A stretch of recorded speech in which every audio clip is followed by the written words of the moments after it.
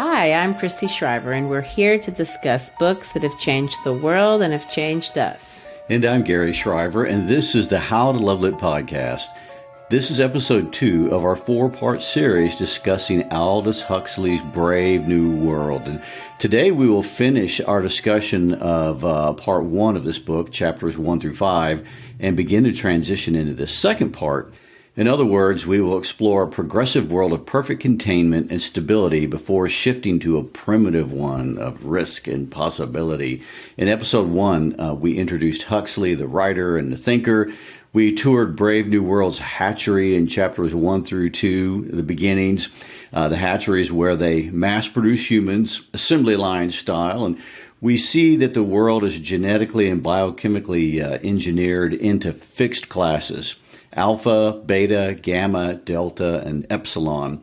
For Huxley, the political and economic leadership in our world has an interest in freezing the path for upward mobility and making sure all the political and economic power stays exactly where it is. And whoever is at the top has an interest in using the power of science and technology to produce a controllable, standardized man. This standardized man would be a perfect man, or at least an artificially crafted perfect one, perfectly engineered for his predetermined role on this earth. Huxley uses a theological term, predestined there. The overarching metaphor that really pervades the novel is inspired by Henry Ford. In 1903, the Ford Motor Company was formed. The first product was a Model A, introduced in the same year. In order to produce a standardized car that everyone could afford, Ford introduced to the world and perfected the idea of the assembly line production. Their most successful product ever was the Model T, and that came out in September in 1908. In 1909, a brand new, get ready for the cost of a car right here, the brand new Model T cost $850. But wait. By 1924, because of the assembly line and the efficiency in production, the price had gone down to only $260. The average assembly line worker could purchase one with 4 months' pay in 1914. Everyone could drive a Model T. Eventually, 15 million Model Ts were manufactured and sold, and it's estimated that 40% of American households owned one at some point. Wow. Well, in Huxley's world, Ford is divine. The assembly line model is the template for life. Community, identity, and stability. These are globally accepted ideals. Man is standardized, produced in hatcheries like the one we visited in the Central London Hatcheries and Conditioning Center. We can observe the process of fertilizing the eggs, bottling them, putting the lower caste through the Bokanovsky process, then finally decanting them, or as they call it, preparing them for independent existence. We call it birthing, but you can't really be birthed out of a bottle. So I kind of think the term decanting as a replacement for birthing is kind of funny. Right. They treat the word birthing as Yes, that's a bad word. It's a cuss word. Yeah. The Bokanovsky process in particular involves grotesque biological engineering. It's where lower castes are prenatally treated with X-rays, then they're basically doused with alcohol and other poisons to be almost subhuman, but, capable of performing mind-numbing tasks. It's fetal alcohol poisoning, scientifically administered for the purpose of subjugation. But they don't just poison the embryos, they also deprive the brains of oxygen during the assembly line process for, and I quote the director here, "There is nothing like oxygen-shortage for keeping an embryo below par." I guess that's true. This is not considered immoral because these epsilons are still perfect. They're perfectly designed to do what they were designed to do perfectly. You see, I just used a chiasmus there. Yes, that was a perfect chiasmus. But the process of creating the perfect human does not end when the person is decanted from the bottle. That's just the first of it. It involves a lot of psychological conditioning. That's not just for the lower caste. It's not just deltas and epsilons that go through conditioning. Everyone does. Everyone has to believe in this process. They must understand what they are meant to do, and they must agree with it. The subjugation of the entire race must be perceived as being voluntary. In fact, the subjugation must be perceived as freedom. Is this another example where whatever he says a thing is, it isn't? Yeah, I think it is. He does that a lot here. This is the key difference between how Huxley saw the power elites controlling the world versus how Orwell thought it would occur, or really how Stalin and Hitler tried to control the world. Up to this point in history, all totalitarian governments have used fear as a primary method of keeping people in their place. And in this world, subjugation is not by guns and a police state.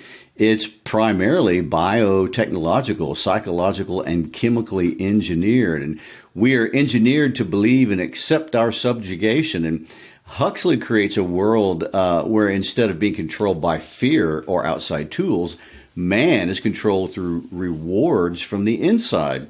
And look at the rewards and tools he uses. I mean, euphoria producing drugs, de-individualized sex. I mean, in this podcast, we follow Huxley's thinking as he argues that man, often as through science and technology, can and perhaps even easily may be seduced to surrender, not just his individuality, but ultimately his own significance. And we made the suggestion that chapters 1 and 2 is the story of the beginning of a man in a brave new world and could and should be compared to the beginning chapters of the Bible and that story of the beginning of man. Today, we will leave the beginnings in the hatchery and explore this brave new world on the outside. We'll follow two of its products, Marx and Lenina, through a typical evening of drug-taking, sexual promiscuity, and Ford worship, of all things. I know. I do want to revisit after that introduction of what our activities are going to be, the biblical comparison, because I think it's important and that we notice the difference. In the biblical narrative, God creates one man and one woman as individuals. He gives them free will, which they immediately use, which results in their choices, which ultimately these choices bring us the first story of murder, tragedy, or sadness. Now, why is this interesting? Because in Brave New World, we have a factory this factory is mass producing alphas, betas, gammas, deltas, and epsilons. These are groups. They're not individuals. And they're conditioned to have no will of their own. They're conditioned to this group identity. Everyone belongs to everyone else is a phrase whispered in everyone's ear tens of thousands of times from decanting onward until it is just accepted. No one is unique in any way. No one is linked to any person in any exclusive kind of way.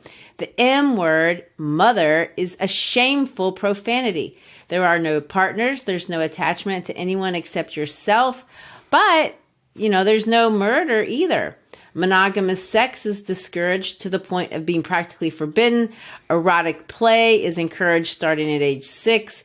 This is a very different story from the Garden of Eden, where Adam and Eve are given to each other and, in fact, made for each other. In the Brave New World, we have a garden, but it perpetuates itself. Technology has created abundance. It has eliminated tragedy. It's created universal happiness for all. Members are all alike. They're conditioned to like what they do and to not want what they can't have. As Lenina and Henry talk about this on their date in chapter 5, this is what they say. Even epsilons are useful.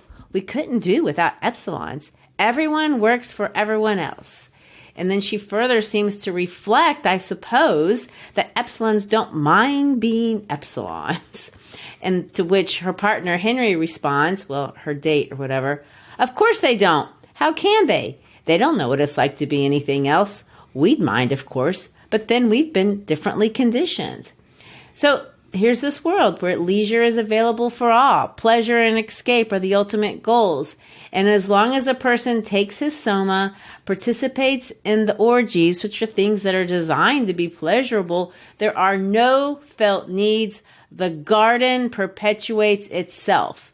Man has produced 632 years after that assembly line First assembly line, standardized, manufactured happiness. Truly a brave new world.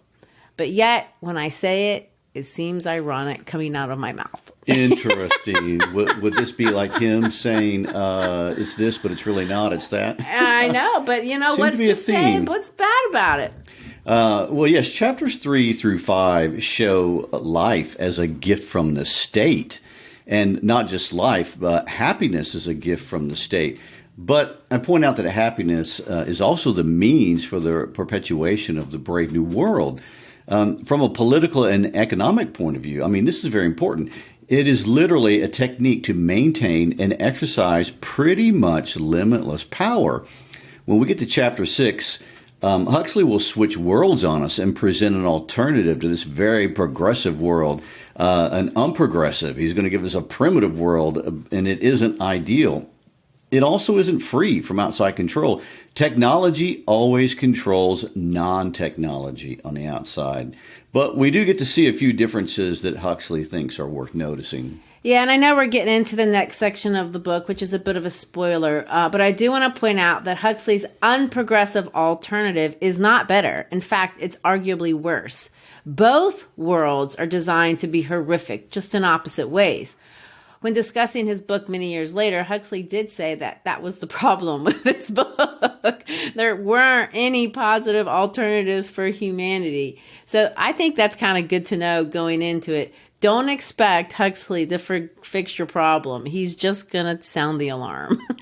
Well, looking at progress the way he does is not a conventional way of thinking about progress. And by definition, it means going forward, and forward is better than backwards. And Huxley argues that outward progress is not the same as personal and interpersonal development or internal progress. And outward progress without this corresponding inward progress, what it produces is really just an opportunity for evil and tyranny to wreak havoc on a much grander scale than they could have done in a more primitive state. The problem with this world, especially on the individual level, like we're going to see in the characters of Bernard and Lenina, we've already embraced and generally accepted so many ideas that terrify them. I would go so far as to say we likely can identify with Bernard and Lenina, or at least with how they live their lives. But before we meet them, I want to bring up something we didn't mention about Huxley last week, but that I find very interesting. Huxley was nominated for the Nobel Prize in Literature 9 times between the years 1938 and 1960, but he never won. His ideas were taken seriously during his lifetime, but yet never acknowledged with that ultimate affirmation of success, the Nobel Prize. And we know this today because those nominations are made public 50 years later, or in the latest case for him, 2014. You have to wait a long time to find out you get a shout out. Didn't win. Well, Huxley pulled the title. I want to talk about that for a second. Brave New World from Shakespeare's play, The Tempest. Miranda, who's a primary character in the play, says this: "Oh, wonder how many goodly creatures are there here. How beauteous mankind is. Oh, brave new world that has such people in it." And one of the ironies that the title comes from this play is that no one knows that the title comes from this play. Yeah. They don't get the Shakespearean illusion. And why not? Because we don't read Shakespeare anymore. And Huxley would say, that's my point. Why don't you read it? You don't read it because it's boring? Because it's irrelevant? Well, why is that? People have found it relevant and not boring for 500 years. And that's a long time after the language was obsolete and difficult to understand. How come you don't understand it? And I think he's going to say there's nothing wrong with Shakespeare, but it's our conditioning and the media-driven world that we live in that's the problem. We're being conditioned. We don't even think about it, but we avoid engagement with intense emotion. We avoid words. We avoid difficult ideas. We're conditioned not to pay attention to anything longer than 15 seconds. We're conditioned to respond to memes, to pictures, not words. So who's doing this? Is this a design? Huxley would say yes and yes. And although we haven't been decanted from a bottle, we are being subjected to the same strategies that come after that bottle phase. And for the same reasons, we're conditioned to morph us into compliant alphas and betas and deltas and gammas and epsilons, really kind of depending on our current place in society. Political and economic powers condition us to be consumers and self-involved consumers that are totally dedicated to consumption. And what are the easiest things to consume? Lust and euphoria, but those are not goals. The goal is power and control from the top. I think that's an interesting point. In Brave New World Revisited, the essay we've referenced a bunch of times that Huxley wrote 25 years after he wrote the book, he breaks down a lot of these ideas in essay form instead of story form. And he starts with what he sees as the driving problem of planet Earth, which wasn't what I would have thought. He said the driving problem is overpopulation. Population grows exponentially. And of course, we know this, but we also know that the amount of resources is finite. I mean, things aren't changing. The amount of water today is what it was originally created. Nothing's created, destroyed. Even I know that about science. It's nature. But Huxley saw overpopulation as the problem from which all these other problems that he's going to talk about come from. Problems like over-organization. Today, obviously, the world has 9 billion people. I mean, with no end in sight, Huxley would just go nuts. I mean, Gary, what are your thoughts on that? Well, first, we can be relieved to know that he was wrong about us starving ourselves to death within that Malthusian theory. Through science and technology, the Earth produces enough food to feed itself. So that, in and of itself, isn't currently the problem. However, indirectly, there's a lot of problems with large numbers of people living in small spaces, and he addresses those. And large urban areas are anonymous environments, and space is a scarce commodity, and distributing resources to everyone is a problem. And today we still have a large dependency on slave labor in the world for an increasing supply of cheap, mass-produced goods and services, and large groups of people living together create a need for over-organization, mass production, distribution of resources, and that has to be controlled by a central power in order to be efficient. And for Huxley, this is where all the danger lies. This is where our biology comes into conflict with the natural progression of technology. For progress to occur, freedom and interpersonal connection must be suppressed at the altar of organization and efficiency. That's a pretty deep idea. In other words, in large urban environments, we can't care about our neighbors. They are not our friends. We can't let people do what they want. We live in too close proximity to them. If my neighbor is too loud, it affects my sleep. If the person down the road eats too much greasy food, my costs go up. So to live together, we have to fit more and more into a singly designed box. The problem is we're not made to be locked up. We're also not made to be disconnected.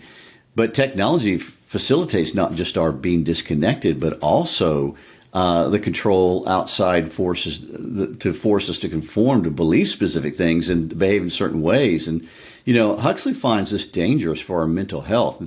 Let me read what Huxley says about our biology. Okay. Uniformity and mental health are incompatible too. Man is not made to be an automaton, and if he becomes one, the basis for mental health is destroyed. In the course of evolution, nature has gone to endless trouble to see that every individual is unlike every other individual. We produce our kind by bringing the father's genes into contact with the mother's. These hereditary factors may be combined in an almost infinite number of ways. Physically and mentally, each one of us is unique. Any culture which, in the interest of efficiency or in the name of some political or religious dogma, seeks to standardize the human individual, commits an outrage against man's biological nature. Interesting. So what does he mean? He means humans aren't really good with being controlled. I don't like it. It messes with our brains and our souls, and we're also not good at handling power. Power changes us, and Centralized control is too much power in too few hands, and for whatever reason, it always turns into tyranny. Let me quote Huxley again. There seems to be a touching belief among certain PhDs in sociology that PhDs in sociology will never be corrupted by power. Like Sir Galahad's, their strength is as the strength of tin because their heart is pure, and their heart is pure because they are scientists and have taken 6,000 hours of social studies. Alas, higher education is not necessarily a guarantee of higher virtue or higher political wisdom. And on these misgivings on ethical and psychological grounds must be added misgivings of a purely scientific character. Can we accept the theories on which social engineers base their practice and in terms of which they justify their manipulations of human beings? Man, he's hard. He's cutting to the core here. Huxley isn't necessarily worried about science, but even the purest scientists are human, and that's their flaw. And, things like the internet and smartphones and computers, lasers and biomedical tracking and geo-tracking and digital currency, all of our day-to-day conveniences of our lives are nice. But by necessity, they are controlled by fewer and fewer people. And these people will turn on us. In the brave new world, big business and big government have merged by necessity. But most people are conditioned to not really care. They are willing to trade quite a lot for leisure and comfort and fun. And, really the questions he asks is, how far is too far for comfort and convenience?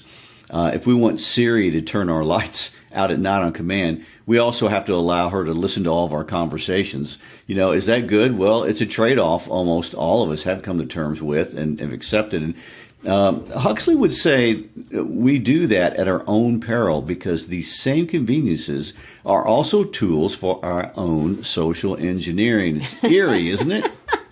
I know. And he goes on to make this comparison, which I like. Brave New World presents a fanciful and somewhat ribald picture of a society in which the attempt to recreate human beings in the likeness of termites has been pushed almost to the limits of the possible. He says this further on. The new social ethic is replacing our traditional ethical system, the system in which the individual is primary. The key words in this social ethic are adjustment, adaptation, socially oriented behavior, belongingness, acquisition of social skills, teamwork, group living, group loyalty, group dynamics, group thinking, group creativity. Its basic assumption is that the social whole has greater worth and significance than its individual parts, that inborn biological differences should be sacrificed to cultural uniformity, that the rights of the collectivity take precedent over what the 18th century called the rights of man. Now, that sounds really complicated, but again, he's using words that are positive. Things that we think are positive and are positive. Words like teamwork and belongingness. And I read this, I have to think, working together is a good thing. Of course it is. But he uses good words to mean bad things. And as I know, all the time. And as I read chapter 3 and watch him develop these characters, Bernard and Leonidas, they're the main ones, but there's also Fanny and Henry and all these other nameless people, these standard alpha and beta people. And we listen as Mustafa Mann explains the history of this futuristic world. We can see that these are positive things, positively pitched things, but they're actually bad. Reality is really the opposite of how he's explaining it to these students. That's why you can't read this book without having a sense of irony.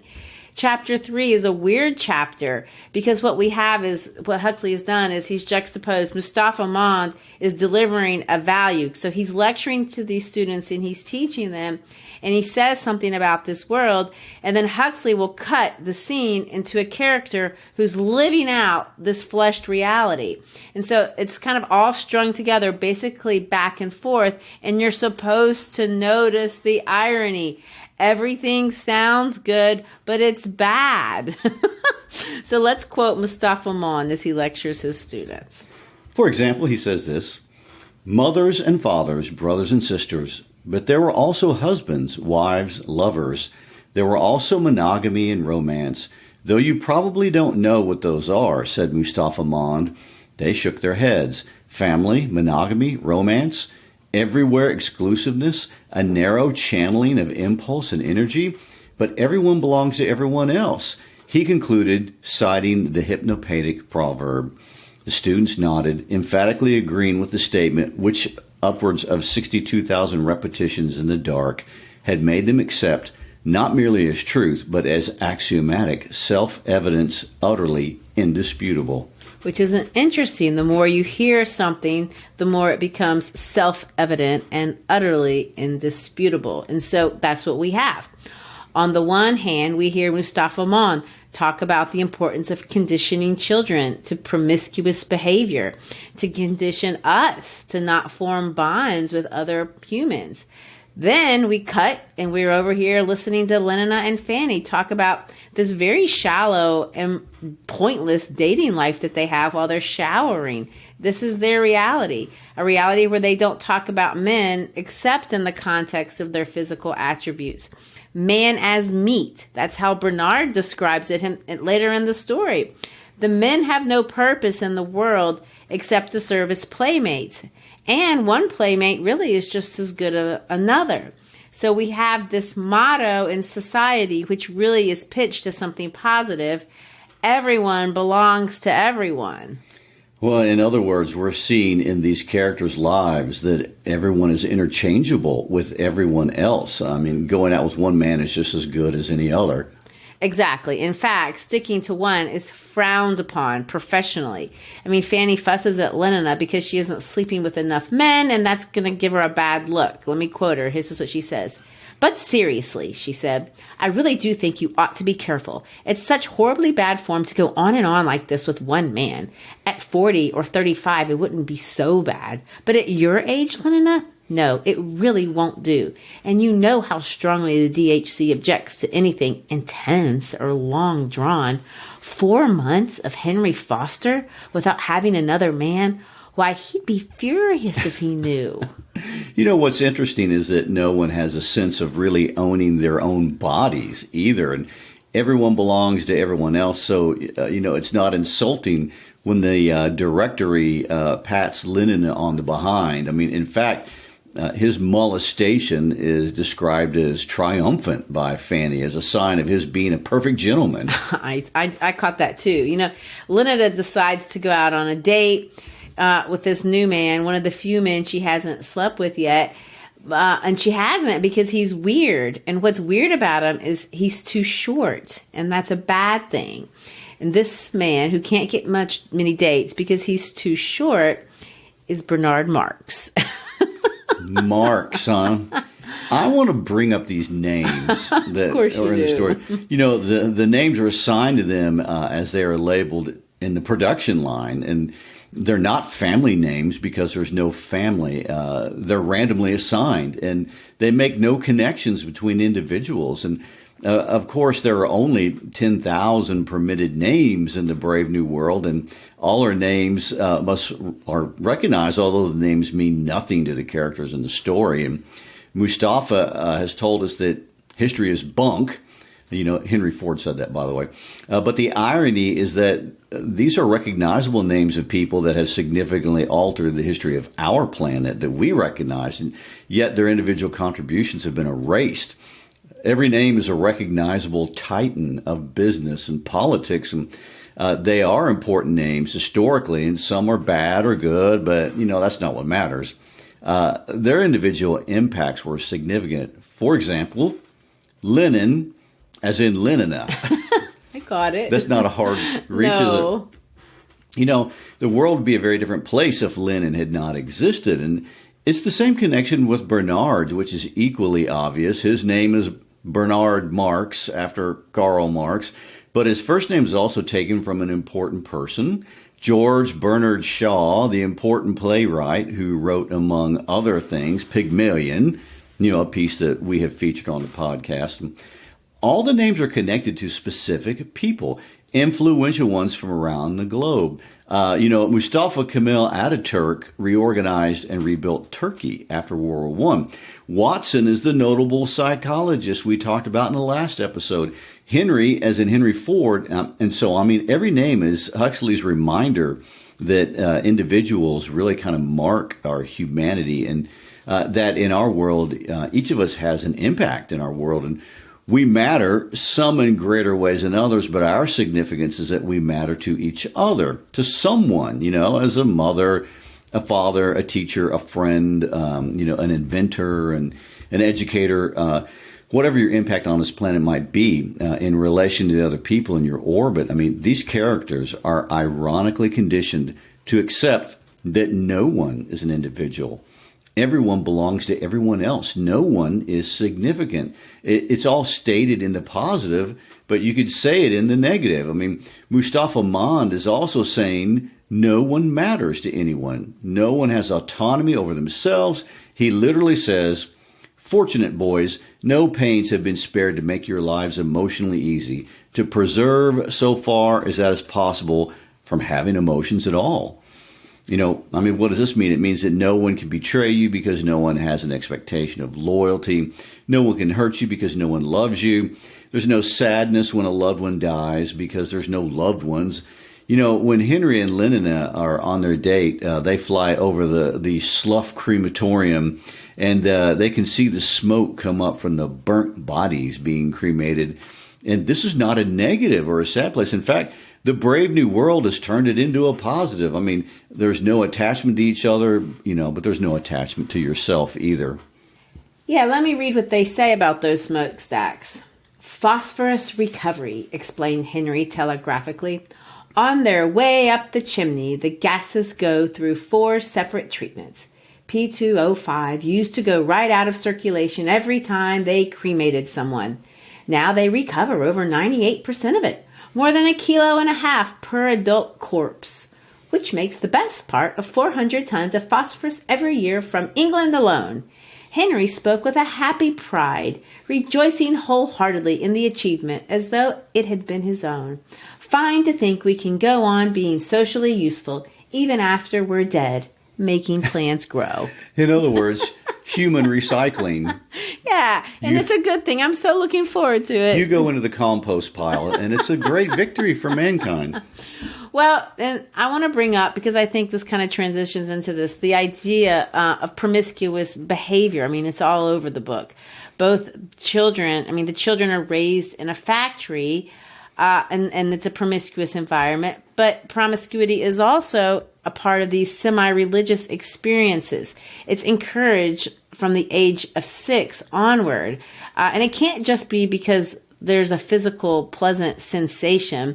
Why do they get kids started on what they call erotic play as early as they can physically do it? Yeah, what a controversial topic. But, the answer lies actually in the meaning of sex. And what is the purpose of it? Obviously, sex has a physical component that's pleasurable, and so one purpose is physical gratification. But it also has a spiritual purpose. It's a big part of our individual identity. The spiritual and personal violation more than the physical one is why rape is has such damaging and long-term consequences for victims. And sex is the ultimate expression of our individuality, of our independence, and our free will.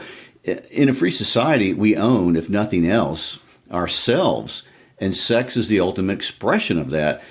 We do with it what we want. And also, sex can and is often used by individuals to build intimacy and connection with another person that elevates that person as being special, as being significant.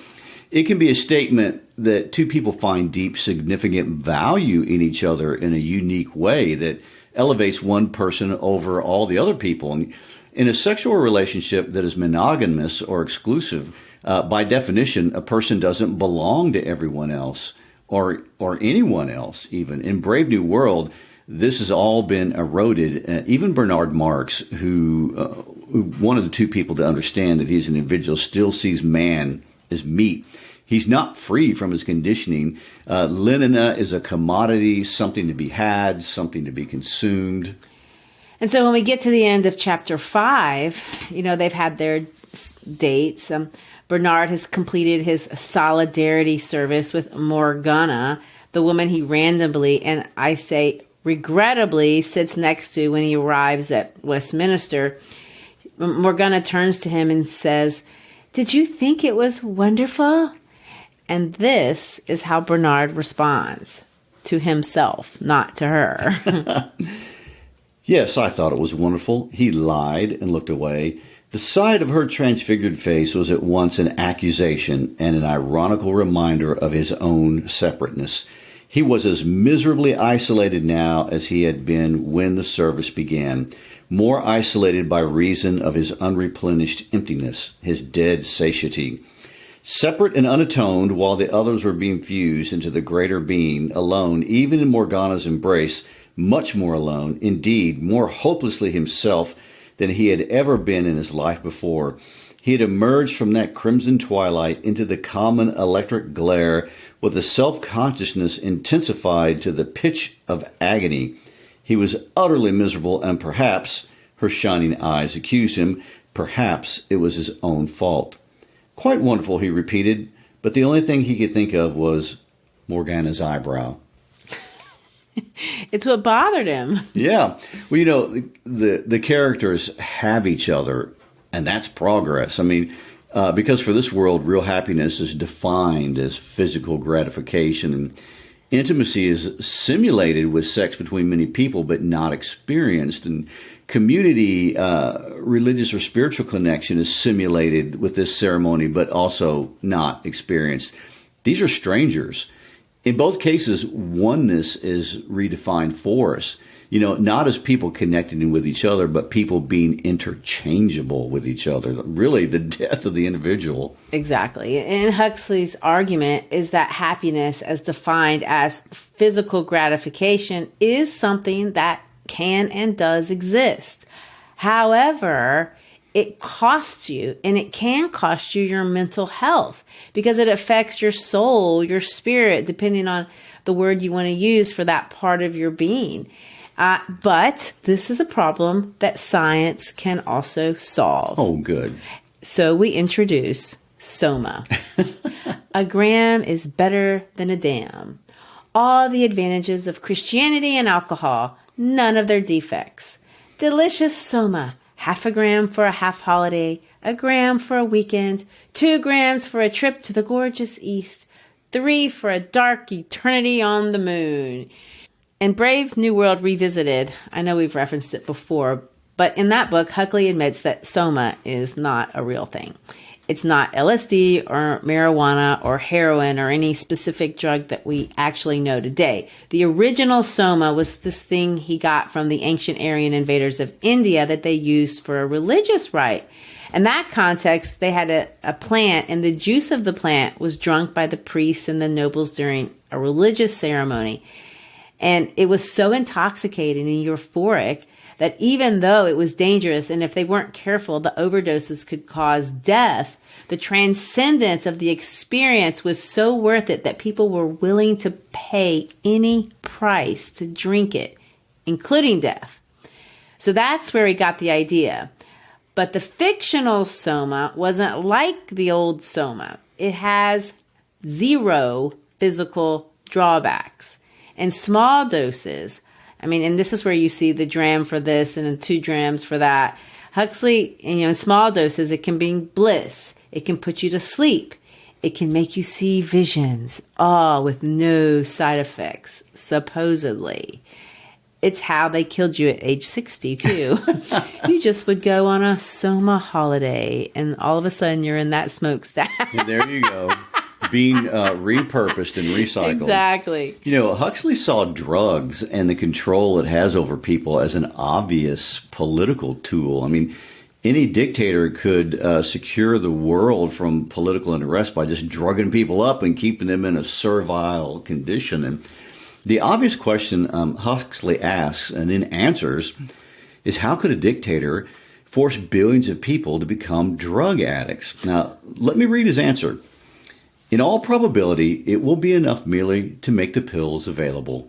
Today, alcohol and tobacco are available, and people spend considerably more on these very unsatisfactory euphorics and pseudo-stimulants and sedatives than they are ready to spend on the education of their children. Or consider the barbiturates and the tranquilizers. In the U.S., these drugs can be obtained only on a doctor's prescription. But the demand of the American public for something that will make life in an urban industrial environment a little more tolerable is so great that doctors are not writing prescriptions of various tranquilizers, or they're now writing them really at the rate of 48 million a year. Moreover, a majority of these prescriptions are refilled. 100 doses of happiness are not enough. Send to the drugstore for another bottle. And when that is finished, for another. There could be no doubt that tranquilizers could be bought as easily and cheaply as aspirin. They would be consumed not by the billions they are present, but by the scores and hundreds of billions. So, wow. So it goes on to add this too. As well as tranquilizing, hallucinating, and stimulating, the soma of my fable had the power of heightening suggestibility, and so could be used to reinforce the effects of governmental propaganda. He finishes his discussion on soma by concluding this. Meanwhile, pharmacology, biochemistry, and neurology are on the march, and we can be quite certain that in the course of the next few years, new and better chemical methods for increasing suggestibility and lowering psychological resistance will be discovered. Like everything else, these discoveries may be used well or badly. They may help the psychiatrist in his battle against mental illness, or they may help the dictator in his battle against freedom. More probably, since science is divinely impartial, they will both enslave and make free, heal, and at the same time destroy. Whew, did he call it or what? Wow, he's got more than a few things to say about drugs. The drugs, the sex, the science. I mean, they're all basically strategies of politics and commerce. And politics and commerce for Huxley are the same thing. And I'm going to quote him. Pure science does not remain pure indefinitely. Sooner or later, it is apt to turn into applied science and finally into technology. Theory modulates into industrial practice. Knowledge becomes power. Formulas and laboratory experiments undergo a metamorphosis and emerge as the H-bomb. There's his evidence. Whoa. Huxley said that everything scientifically crafted can be used to manipulate our spirits to feel satisfied. They can manipulate us to feel happy, to accept life as we're told to accept it. And that works well until it doesn't. And in our story, we're going to have two people in the brave new world that have problems with their perfect conditioning. Bernard Marx is one. Apparently, as we're told, alcohol accidentally was introduced into his bottle, and that's why he's too short to be an alpha. Alphas aren't supposed to be as short as him, but he had a little bit of the alcohol. He's unattractive. So because of this, he has trouble getting women to sleep with him. He feels inferior because he has to look up to the other alphas, and the other lower caste don't look at him right. There are drawbacks for sure, but these drawbacks had the unintended consequence of allowing Marx to kind of break the grip of the conditioning, and he knows he's an individual. He understands that he's unique. He's not the only one. There's another person who isn't conditioned perfectly for a different reason, and that's Helmholtz Watson. This is how Huxley describes these two men in chapter 4.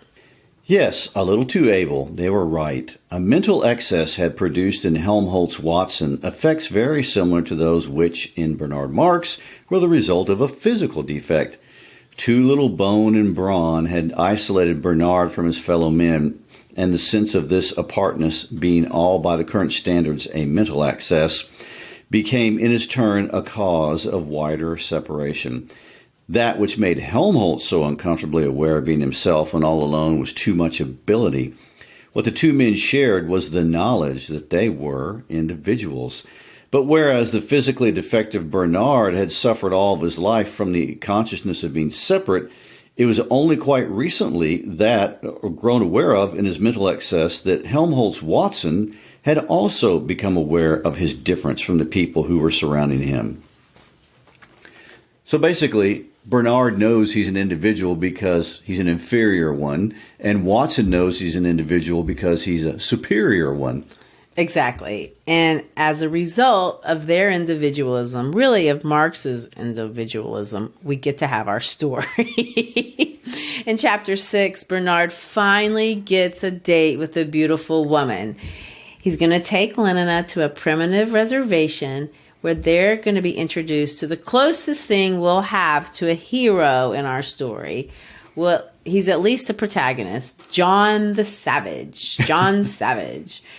John, that's his name. It's taken from John the Baptist in the Bible, who literally is the voice of one crying in the desert. Another biblical allusion there.